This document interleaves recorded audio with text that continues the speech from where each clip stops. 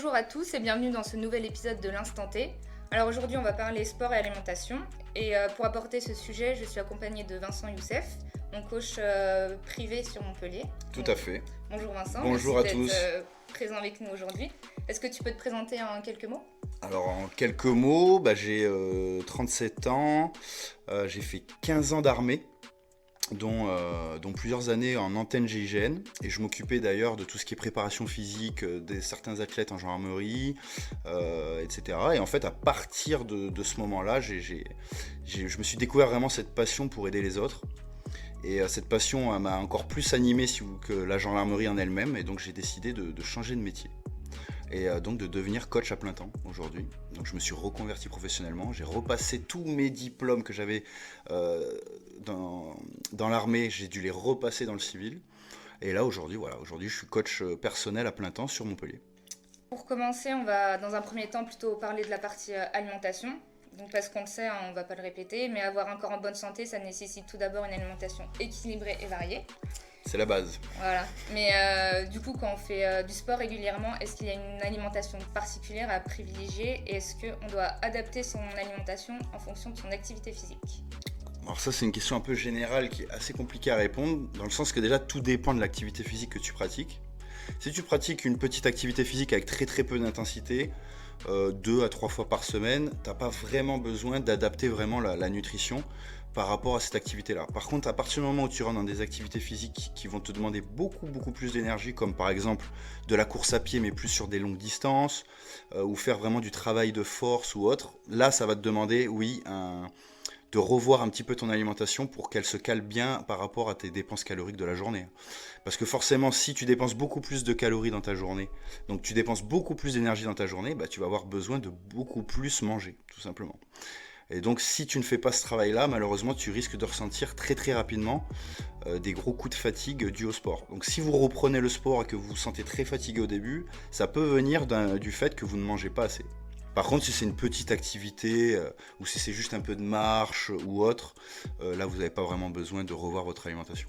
Et est-ce qu'il faut adapter son alimentation en fonction de son âge ? Est-ce qu'une personne sportive, qui fait du sport régulièrement de 20 ans, doit manger la même chose qu'une personne de 50 ans qui fait autant de sport ? Alors, je pense pour éclaircir plus cette question, il faudrait plus la poser en disant tout simplement qu'en fait, quelqu'un de jeune va forcément pas manger la même chose, ou du moins les mêmes quantités que quelqu'un qui est beaucoup plus âgé.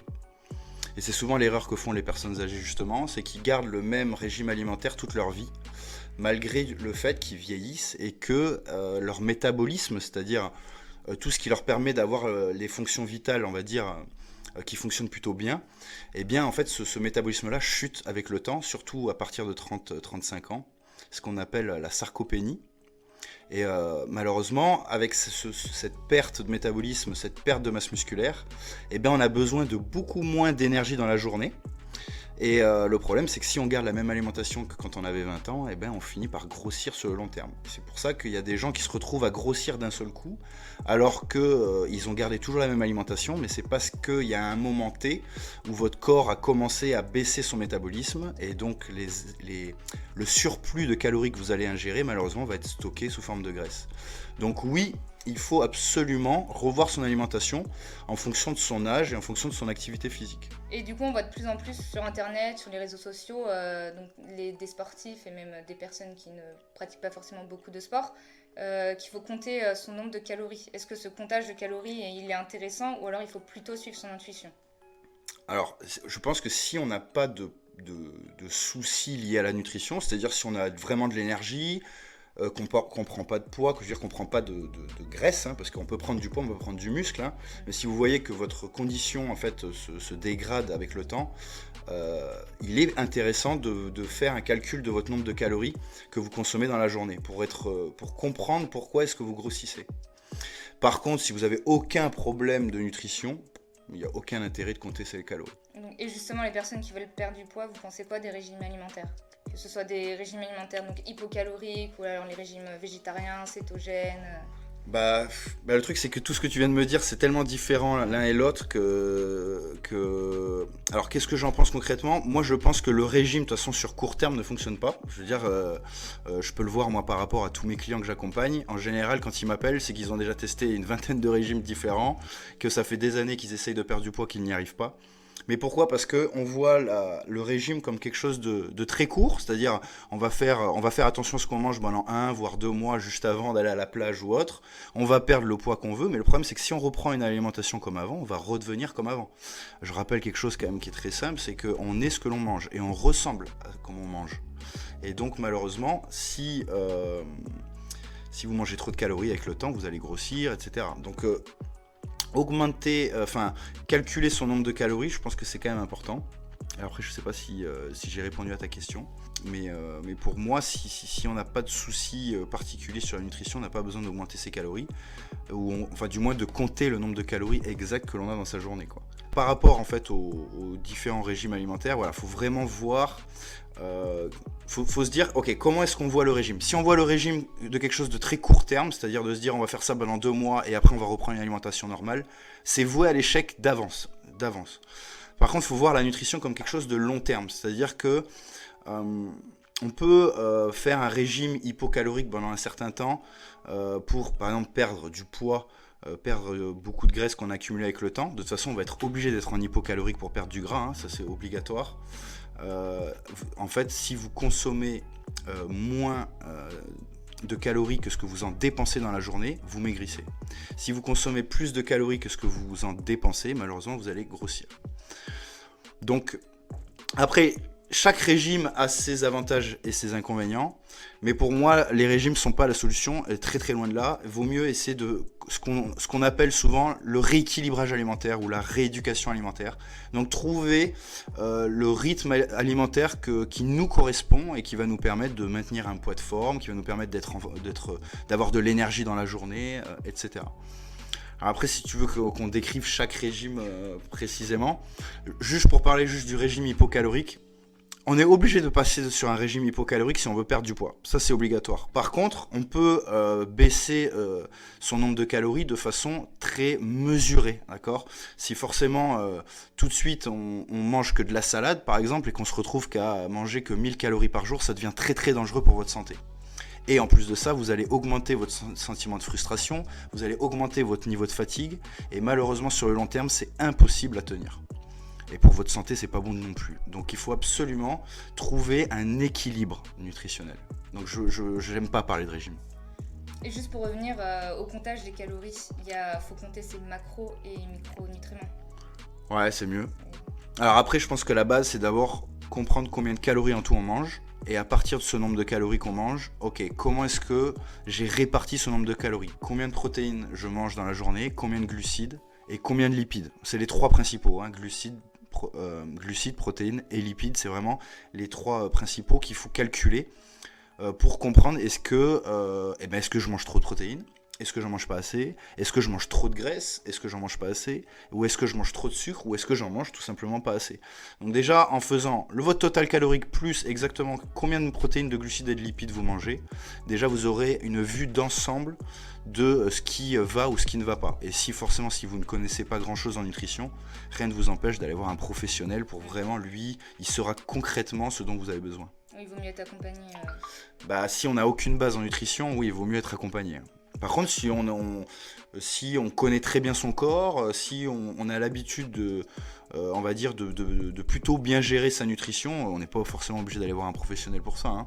Par contre, si on voit qu'on commence à être bloqué, par exemple, on a un objectif de perdre du poids, on n'arrive pas à en perdre, bon bah là, il faut peut-être faire appel à un professionnel pour nous aider, oui. Ensuite, quand on pratique une activité physique régulière, est-ce qu'on doit obligatoirement augmenter sa consommation en protéines ou pas? En fait, tout dépend de ton objectif. C'est-à-dire que si ton objectif, par exemple, c'est de perdre du poids, faut te dire que le nombre de calories que tu auras dépensé dans ton entraînement va peut-être te servir justement à perdre du poids. D'accord ? Donc, si tu augmentes ton nombre de calories à ce moment-là, tu vas pas perdre de poids. Lorsque l'on pratique une activité physique régulière, doit-on augmenter sa consommation en protéines ?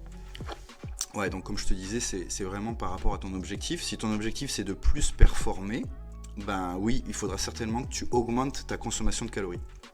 Par contre, si c'est tu veux te remettre en forme et que tu veux perdre un petit peu de poids, etc.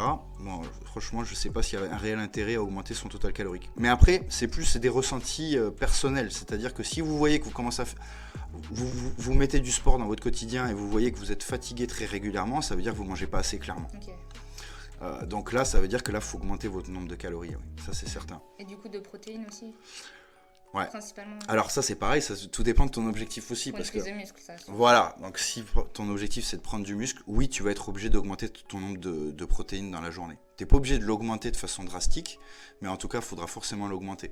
Il faut te dire que pour prendre du muscle, pour quelqu'un quand même qui est plutôt entraîné, il faut qu'il tourne à peu près à 1,6 g de protéines par kilo de poids de corps. Donc tu fais le calcul, hein. Sur 60 par exemple, si tu fais 60 kg, il faudrait que tu consommes à peu près 72 grammes à peu près de protéines par jour d'ingérer, d'accord. Donc sachant que par exemple dans 100 grammes de poulet, tu as 25 grammes de protéines. Oui. Donc voilà, ça te donne un peu une idée de ce que tu dois consommer. Mais oui, les protéines sont très importantes pour ta récupération et faire en sorte bien sûr que si tu veux que tes muscles en fait, prennent de la masse musculaire, si tu veux vraiment que tes muscles grossissent, tu es obligé d'avoir un apport en protéines conséquent, parce que sinon, je t'explique un peu le système, comment il marche un peu le corps, mais tu vas importer une grosse contrainte au corps, d'accord. Donc à partir du moment où tu vas imposer une grosse contrainte niveau musculaire, tes fibres musculaires vont ce qu'on appelle se détériorer, se casser limite, d'accord. Et en fait, c'est quand elles vont se reconstruire qu'elles vont devenir plus fortes, d'accord. Donc elles se reconstruisent comment, les fibres musculaires? Elles se reconstruisent grâce aux protéines. Et les protéines, si tu lui en apportes pas assez via l'alimentation, il va aller les chercher là où il y en a. Et là où est-ce qu'il y a beaucoup de protéines, c'est dans tes muscles. Donc qu'est-ce que va faire ton corps? Il va on peut le dire ça, comme ça tout le monde comprendra, il va se cannibaliser. Donc en fait, au lieu d'aller chercher des protéines qui vont être disponibles via l'alimentation, il va aller chercher des protéines qui sont directement dans tes muscles. Et donc, tu risques de ne pas prendre beaucoup de muscles sur le long terme. Donc oui, il faut augmenter son apport en protéines. Mais là, c'est toujours pareil, ça dépend vraiment de l'activité physique, ça dépend de l'objectif. Donc là, pareil, j'en reviendrai un peu à la même conclusion, il vaut mieux aller voir un pro pour ça. Mais oui, si tu fais une activité physique intense, que tu veux augmenter ta masse musculaire, forcément, il faudra passer par la case augmenter son apport en protéines. Et qu'est-ce que tu penses justement de la supplémentation en protéines? Est-ce que c'est réservé aux sportifs de haut niveau qui veulent vraiment prendre du muscle, ou est-ce que tout le monde qui pratique du sport peut en prendre? Franchement, tout le monde peut en prendre. Après, je privilégierai toujours l'alimentation classique au complément alimentaire. C'est-à-dire qu'on peut très bien augmenter son apport en protéines en mangeant plus de blanc de poulet, plus d'œufs, plus de lentilles, plus de graines de chia par exemple ou autre. Et ça, c'est le meilleur des moyens pour augmenter son apport en protéines. Malheureusement, on a des vies assez intenses, c'est-à-dire qu'on n'a pas forcément toujours l'opportunité, par exemple, de manger 200 grammes de poulet à 16 heures. Et donc, c'est beaucoup plus pratique de prendre un shaker de protéines, on va dire un complément de protéines, que de manger encore du blanc de poulet ou autre. Donc ça, on va dire, je vois le complément alimentaire par rapport aux protéines, hein. Pas par rapport aux vitamines et tout, mais vraiment par rapport aux protéines, je le vois comme quelque chose de pratique. C'est tout. Mais pas du tout indispensable. Vaut mieux largement augmenter son apport en protéines via l'alimentation classique que via les compléments alimentaires. Ok, et bien donc justement, est-ce que tout ce qui est vitamines et minéraux, là c'est intéressant de se complémenter? Alors là pour moi c'est indispensable. Ouais. Surtout pour quelqu'un qui fait du sport. Mais même quelqu'un qui ne fait pas du sport, il faut qu'il se complémente. Pourquoi? À part si vraiment vous avez une alimentation dans votre quotidien qui est ultra circuit court, qui est pas du tout transformée, et que vous cuisinez très très régulièrement, là, bon, il n'y a pas forcément besoin. Par contre, faut pas se leurrer, on mange pas tous en circuit court.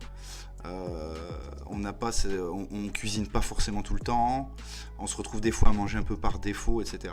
Donc oui, les compléments alimentaires vont vraiment t'aider, surtout tout ce qui est vitamines, minéraux. Pourquoi? Parce qu'aujourd'hui, l'alimentation moderne contient de moins en moins de nutriments, malheureusement, dû à la transformation des aliments, dû au transport aussi.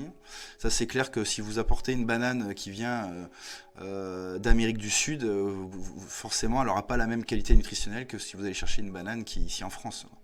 Donc c'est important vraiment de se complémenter. Pour moi, c'est vraiment très, très important. Donc les compléments en général qu'il faut prendre, et ce qu'on manque le plus, c'est vitamine C, magnésium. Et là, il y a les beaux jours qui commencent à revenir, mais pendant l'hiver, vitamine D. Ok, merci. Ensuite, on va aborder le sujet du jeûne intermittent. Donc, je le rappelle pour ceux qui ne savent pas. Donc, le jeûne intermittent, ça consiste à alterner donc, une phase de jeûne, donc, dans laquelle on renonce totalement à la nourriture, avec une phase de repas dans laquelle on va manger nos repas donc, normalement. Donc, la méthode la plus connue, c'est le 16-8, donc qui va consister à sauter le petit déjeuner. Et donc, c'est vrai qu'on voit de plus en plus que le jeûne intermittent, ça permet au corps de se reposer, ça permet de gagner en énergie. Et on voit aussi maintenant que le jeûne intermittent, ça pourrait aider à la perte de poids. Ouais. Qu'est-ce que tu en penses ? Alors, il faut savoir que tous ces différents régimes, d'ailleurs, tu en avais cité d'autres, que ce soit peut-être cétogène ou autre, ça convient pas à tout le monde. Ok. Je vous donne un exemple. Un sportif de haut niveau, j'en connais très peu, et j'en connais pas d'ailleurs, qui font du jeûne intermittent. Avec une telle activité physique journalière, faire un jeûne intermittent serait contre-productif. On a besoin de carburant pour dépenser de l'énergie, on a besoin de carburant pour pouvoir produire un effort important, et donc le jeûne intermittent ne rentre pas vraiment dans cette case-là. Ça, c'est le premier point. Après, il y a des gens qui arrivent très très bien à se passer par exemple du petit déjeuner, et d'autres qui ne s'en passent pas du tout. Moi, je sais que tu m'enlèves le petit déjeuner le matin, ça va être très compliqué pour ma journée, alors qu'il y en a d'autres, tu leur enlèves le petit déjeuner, ils arrivent bien à s'y faire, et on voit qu'ils ont même une amélioration de leur niveau d'énergie, etc. Donc le jeûne intermittent, oui, mais pas pour tout le monde. Après, le fait que ça fait perdre du poids. Alors, en fait, ça fait pas perdre vraiment du poids le jeûne intermittent. Ce qu'il faut juste savoir, c'est que vu que tu enlèves un repas dans ta journée, forcément, ça va te faire perdre du poids. Je te donne un exemple. Imaginons que tu manges 2000 calories dans ta journée, constitué à peu près de 3 repas, d'accord, d'à peu près 600 à 700 calories. Si tu enlèves un repas dans ta journée de 700 calories, il t'en restera plus que 1300 au lieu des 2000 calories de base. Et donc ces 700 calories de moins, forcément vont te faire maigrir. C'est ce que je disais au début. Si tu dépenses plus de calories que ce que tu en manges, tu vas maigrir. Donc le jeûne intermittent ne fait pas maigrir. Par contre, le fait de sauter un repas, oui, fera maigrir. Par contre, sur le long terme, est-ce qu'on peut le tenir ? Je suis pas vraiment certain. Ça dépend des gens. Il y a des gens qui tiennent très très bien et qui ça leur va très très bien. Donc si ça te va très très bien le jeûne intermittent, continue le jeûne intermittent. Par contre, si tu sens que tu commences à avoir des coups de fatigue, si tu vois que tu commences à trop maigrir ou autre, c'est que le jeûne intermittent ne sera pas forcément adapté. Alors après, il faut savoir aussi qu'un bon jeûne intermittent, normalement, tu ne dois pas réduire ton total calories. Tu dois reporter tes calories sur le reste de la journée. Voilà. Sauf que la plupart des gens font pas ça. Oui. D'ailleurs, ils suppriment juste un repas, ils augmentent peut-être très légèrement leur repas du midi et c'est tout. Sauf que cette légère augmentation ne suffit pas à compenser le nombre de calories que tu as enlevé via la suppression d'un repas complet. Donc, normalement, quand tu fais un jeûne intermittent, tu dois, comme tu dis, récupérer ton nombre de calories sur tes autres repas. Il y a des avantages et des inconvénients, et je vais vous dire quand même le petit inconvénient, c'est que tu vas un peu trop surcharger ton système digestif au moment où tu vas consommer un grand nombre de calories, par exemple que sur 2 repas au lieu de 3. Donc ça a ce côté un petit peu négatif. Après, le côté positif, c'est ce que tu disais, ça permet une meilleure régénération du corps, ça permet d'augmenter son système immunitaire. Voilà, il y a quand même beaucoup de points forts. Mais pour moi, le jeûne intermittent n'est pas du tout la solution, on va dire, que ce soit pour perdre du poids, pour être en bonne santé. Pour moi, la meilleure solution, c'est de trouver le régime alimentaire qui nous correspond. Et écouter son corps. Exactement, un régime équilibré suffit largement, on n'a pas besoin d'être en jeûne intermittent pour être en bonne santé. Ensuite, j'ai une petite question. Qu'est-ce que tu conseilles de manger avant et après le sport ? En général, il faut manger ce que ton corps a besoin pour faire du sport. Donc, ton corps, il a besoin en priorité de sucre, de glucides. C'est la première source d'énergie du corps. Donc, ce que je peux te conseiller, c'est déjà d'augmenter, du moins, de manger un repas avant ton sport. C'est bien 1h30 à 2h avant, d'accord ? Ne mangez pas ça une demi-heure avant parce que vous allez vous retrouver avec un système digestif encombré. Et donc, c'est pas terrible du tout pour l'activité physique. Donc, vous mangez 1h30, 2h avant et vous mangez un plat à base de féculents, du moins des sucres. Donc on pourra revenir si tu veux sur les différents types de sucres plus tard si tu as envie. Mais, des bons sucres et aussi un apport en protéines. Parce qu'on a besoin des deux pour faire du sport. On a besoin de protéines et on a besoin aussi de glucides. Donc manger un repas à base de glucides et de protéines avant de s'entraîner et manger la même chose après. Ok, et justement, les journées où on va pratiquer du sport, est-ce qu'on doit adapter son alimentation en augmentant nos apports caloriques? Ah, alors ça, c'est une question qu'on me pose souvent. C'est pareil, ça dépend vraiment de chacun et ça dépend de l'activité physique. C'est sûr que quelqu'un, je donne un exemple, je coach des triathlètes, un triathlète qui va aller s'entraîner sur des séances très longues, par exemple, qui va partir courir pendant 3-4 heures, il va avoir besoin d'augmenter son total calorique à ce moment-là. Alors que si le lendemain il fait que du renforcement musculaire, il n'aura pas besoin d'augmenter son total calorique. Ouais. Donc ça dépend vraiment de ton activité. Après pour moi, c'est pas vraiment nécessaire. Ça s'adresse plus aux athlètes, ça. D'avoir beaucoup plus d'énergie à un moment T parce qu'il en a besoin. Oui, il va augmenter son total calorique et peut-être le rebaisser par exemple le lendemain ou le surlendemain pour justement. Parce que s'il garde ce total calorique là toute la semaine, il risque de grossir sur le long terme. Donc oui, il peut adapter, on va dire, son total calorique par rapport à son activité physique.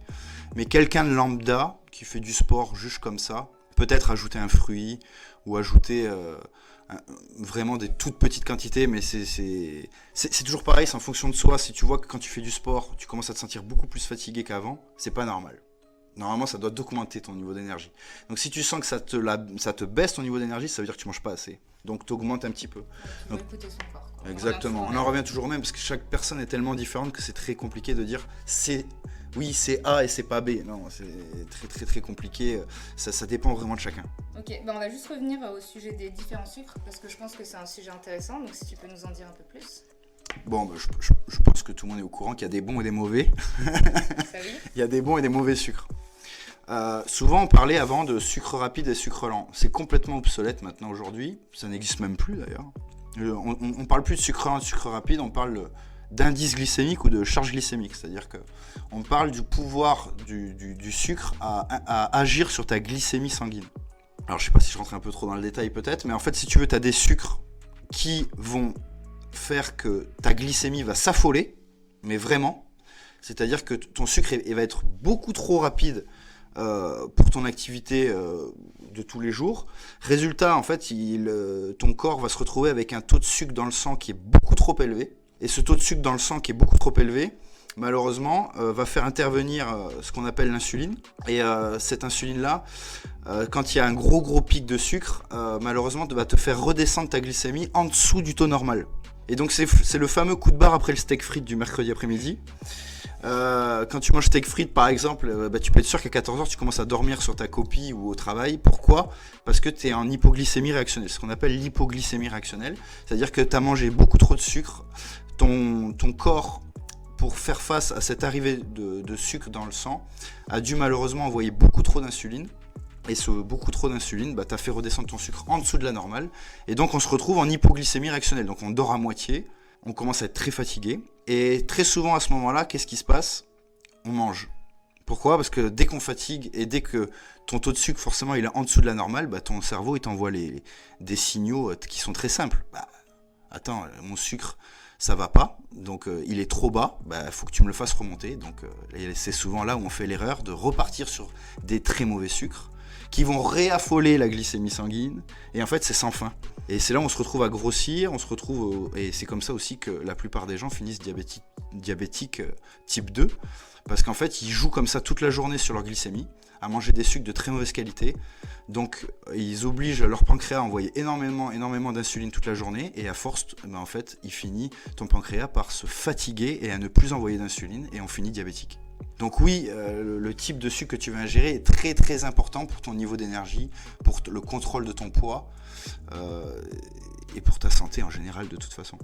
Après je sais pas si j'ai besoin de faire un discours sur le bon sucre, mais on va dire que le bon sucre, lui, quand tu vas l'ingérer, il va être beaucoup plus lent à digérer, et donc il va faire beaucoup moins monter ta glycémie dans le sang, et donc ton pancréas va envoyer beaucoup moins d'insuline, et donc tu seras jamais en hypoglycémie réactionnelle, c'est-à-dire que ton corps va pouvoir gérer très facilement les petites variations de glycémie dans le sang.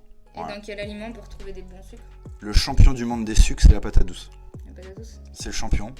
Du moins, c'est le champion pour le moment, parce que c'est l'un des sucres où il y a le plus d'études. Parce que je sais qu'il y a d'autres sucres, comme par exemple... il y a d'autres sucres que je pense qui peuvent être très très très intéressants, comme le manioc par exemple. Je dis ça comme ça, je le balance parce que j'y pense, qui est très intéressant, mais il y a très peu d'études dessus. Donc voilà. Aujourd'hui, le meilleur des sucres, que ce soit pour le sportif, pour la perte de poids, pour avoir un super niveau d'énergie, c'est la patate douce. Pour moi, c'est le meilleur. Ensuite, t'en as plein d'autres. T'as la pomme de terre. Alors la pomme de terre, le problème c'est qu'il faut pas trop la cuire, c'est-à-dire il faut éviter de la cuire au four par exemple, donc la cuire à trop haute température. Vaut mieux la cuire vapeur.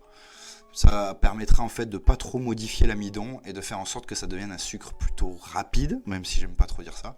Donc ça va devenir un indice glycémique trop rapide. Donc évitez par exemple de le cuire au four et plus le faire vapeur ou à l'eau. T'as le riz basmati, le riz complet. Là en ce moment il y en a beaucoup dans les supermarchés et c'est très intéressant. C'est des pâtes de légumineuses, donc c'est des pâtes à base de lentilles, de pois chiches, etc. Donc ils sont très intéressantes parce que c'est un sucre qui ne va pas du tout avoir d'incidence sur votre glycémie et aussi il contient quand même un peu de protéines, donc on va dire que pour faire une alternative de pâtes, je conseille ce genre de pâtes, alors que les pâtes blanches classiques, la plupart sont tellement transformées qu'en fait ça devient un mauvais sucre. Surtout en plus si vous les cuisez un petit peu trop. Donc si vous faites des pâtes, faites-les al dente, ça c'est le premier point. Et le deuxième point, mangez des pâtes vraiment de qualité, parce que plus votre aliment est transformé et plus votre sucre est rapide. Et les pâtes lentilles corail, pois chiches au niveau gustatif, pour avoir goûté, en plus c'est très bon. C'est très très bon. C'est très très bon. C'est sûr que ça n'a peu, pas le même. Ça n'a pas la même texture. Ça n'a pas la même texture parce qu'en fait il n'y a pas de gluten. Oui. Et en fait, ce qui fait la texture un peu onctueuse et tout, c'est ce côté gluten. Et forcément que tu ne retrouves pas dans les pâtes de légumineuses. Mais il n'y a pas non plus une grande différence. Donc, Non, franchement, il n'y a vraiment pas aucune différence. Moi, je mange que ça comme pâte, par exemple. Donc... Ouais, super, merci pour ces informations. Ouais. Alors maintenant, on va plutôt parler sport. Parce qu'au-delà des améliorations donc, évidentes de la performance sportive et des conditions physiques, donc on dit que la pratique régulière de sport, c'est efficace pour la prévention des nombreuses maladies, que ce soit des maladies chroniques, cardiovasculaires et même dégénératives maintenant. Totalement. Donc combien de séances par semaine il est nécessaire de faire pour voir ses bénéfices sur notre corps? Alors moi en général, quand on me pose cette question, je réponds toujours, c'est 3 minimum. Ouais. Pour moi c'est 3, c'est le minimum. Après, tout dépend aussi de votre activité professionnelle. Si vous êtes maçon, vous n'avez pas la même activité professionnelle qu'un informaticien, on est bien d'accord. Donc tout dépend un peu de votre activité au quotidien. Mais je sais plus, si tu peux juste répéter la question. Combien de séances par semaine? Ah ouais, donc je te dis pour moi c'est 3 minimum.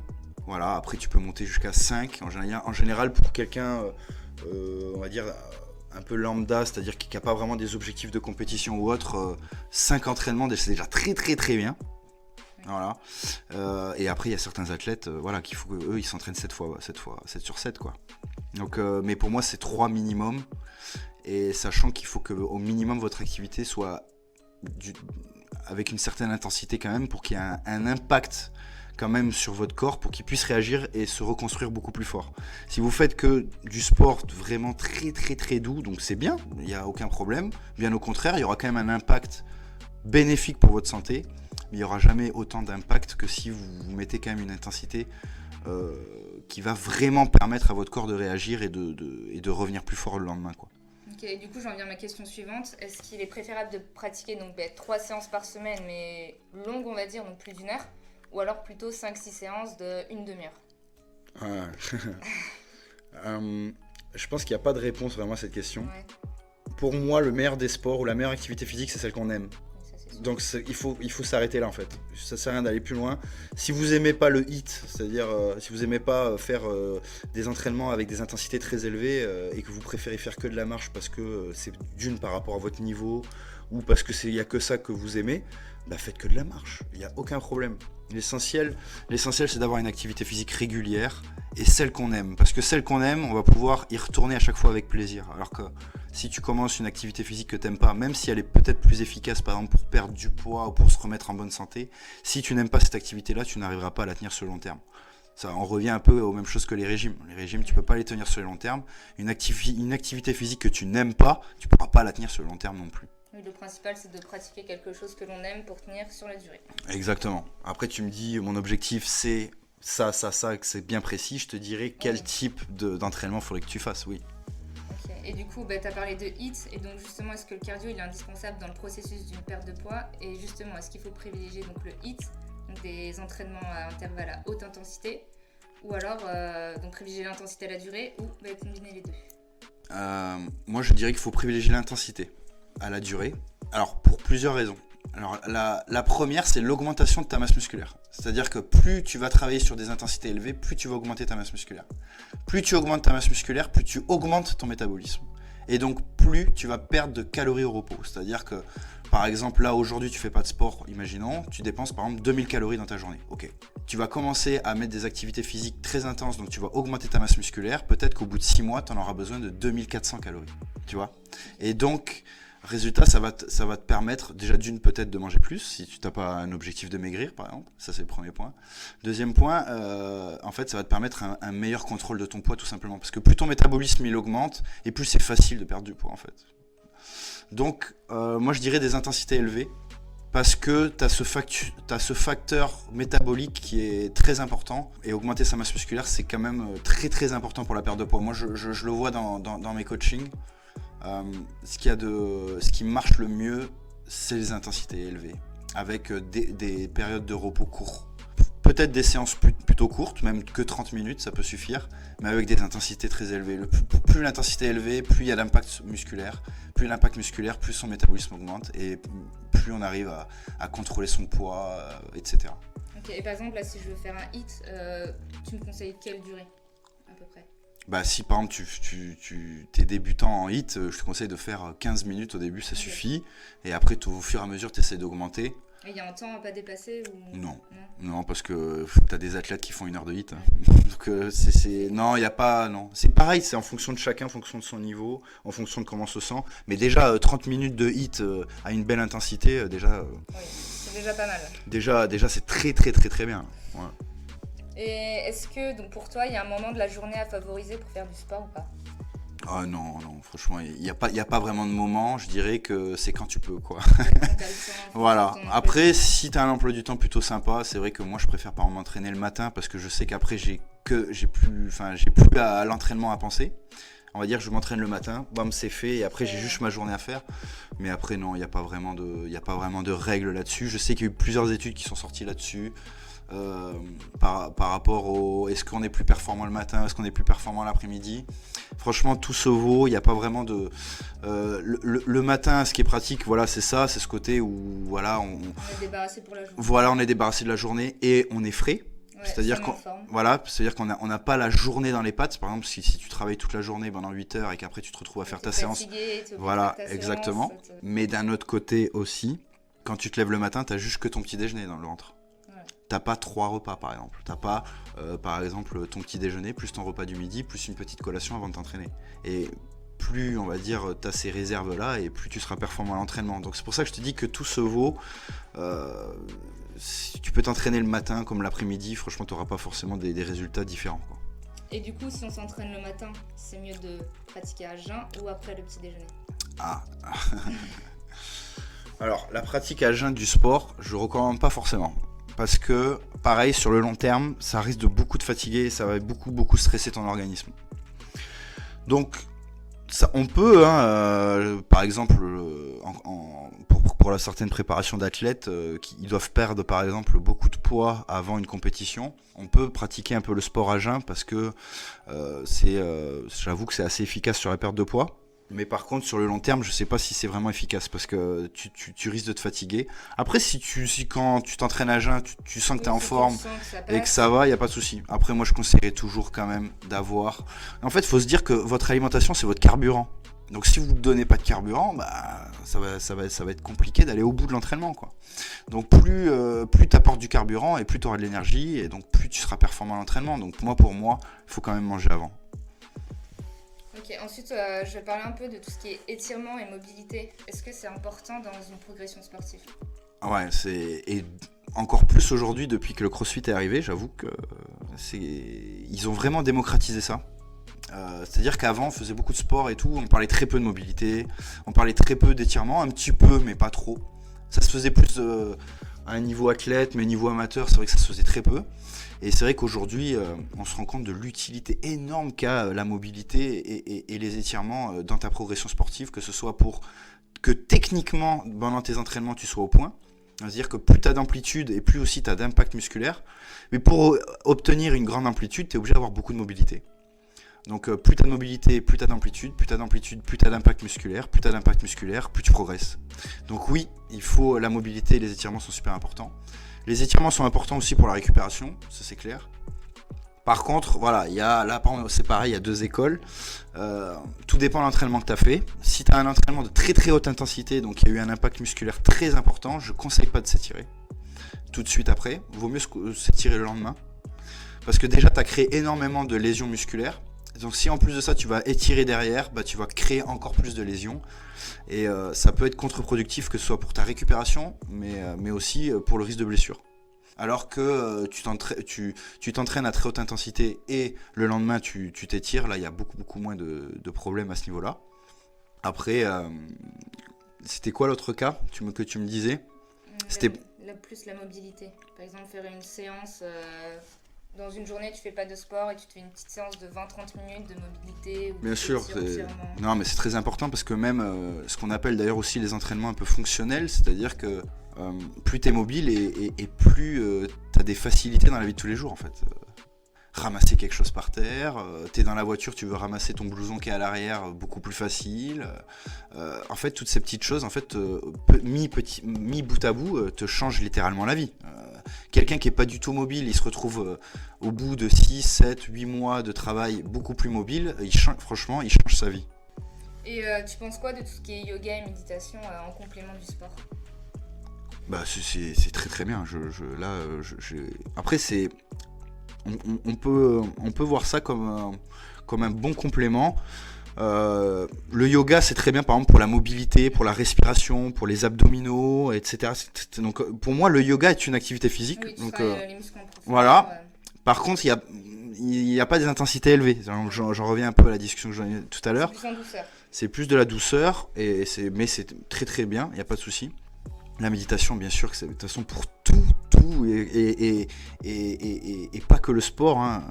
Du côté professionnel, même côté pro, côté perso, la méditation, franchement, c'est magique, hein. Enfin, je sais pas si tu as déjà testé toi, mais la méditation, c'est vraiment magique. Ça permet vraiment de faire en sorte que ton cerveau s'arrête.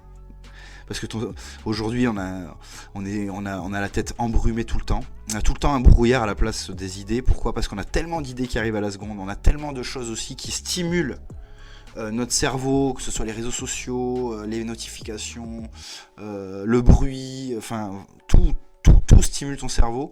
Et la méditation permet de mettre un arrêt sur image pendant un temps donné. Exactement, ça permet de se retrouver, ça permet de ressortir plus fort mentalement, ça permet d'être moins embrouillé, ça te permet de déstresser. Il faut rappeler que le stress en lui-même te fatigue. Donc moins tu es stressé et plus tu auras de l'énergie. Donc oui, très très bien, méditation, yoga, tai chi, enfin tout ce que tu veux, tout ce qui a trait un petit peu à ces entraînements un peu cérébraux, on va dire, bien au contraire. Ne pas hésiter à en faire. Ah ouais. Par contre, c'est parce que je le vois par rapport à tous mes clients, en fonction de certains, je leur dis qu'il faut qu'ils méditent parce que je sens que ça peut les aider, mais c'est pas facile à mettre en place. Oui. Parce que déjà au début, surtout la première méditation, on a l'impression qu'on maîtrise pas du tout nos pensées, c'est-à-dire que nos pensées elles partent à droite, à gauche, etc. Et donc en fait on a l'impression qu'on n'a aucune maîtrise, donc on a l'impression que ça sert à rien. Et en fait non, faut répéter. C'est comme le sport en fait, hein, c'est pareil, il faut répéter. Et à force de répéter, vous allez voir que ça va vous procurer un bien fou. Donc je recommande à tous de faire la méditation, et c'est tous les jours, hein, pas juste une fois par semaine. Faites ça tous les jours, 10 minutes, ça suffit. Au réveil plutôt ? Oh là, ouais, ça dépend. Moi, je sais que par exemple, des fois, j'ai un peu du mal à m'endormir. Donc, je médite le soir, par exemple. Après, je sais qu'il y en a, ils aiment bien se mettre en condition avant leur journée pour être hyper productif. Donc, si ça, c'est plus ton objectif, je te conseille de méditer le matin. Ok, super.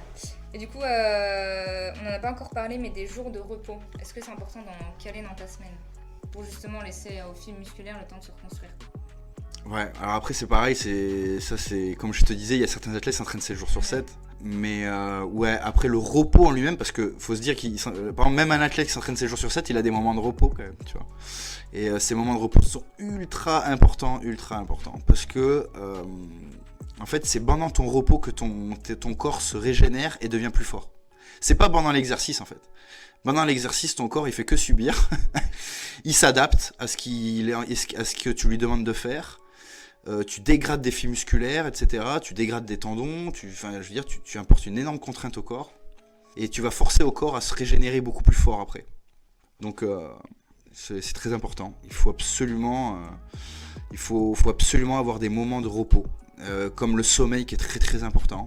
Comme aussi des moments où tu ne fais rien, des moments où tu vas peut-être juste à la plage et te méditer, pourquoi pas. Mais ouais, tes moments de repos sont super importants. Donc t'as pas besoin de t'entraîner tous les jours pour avoir une progression. Hein.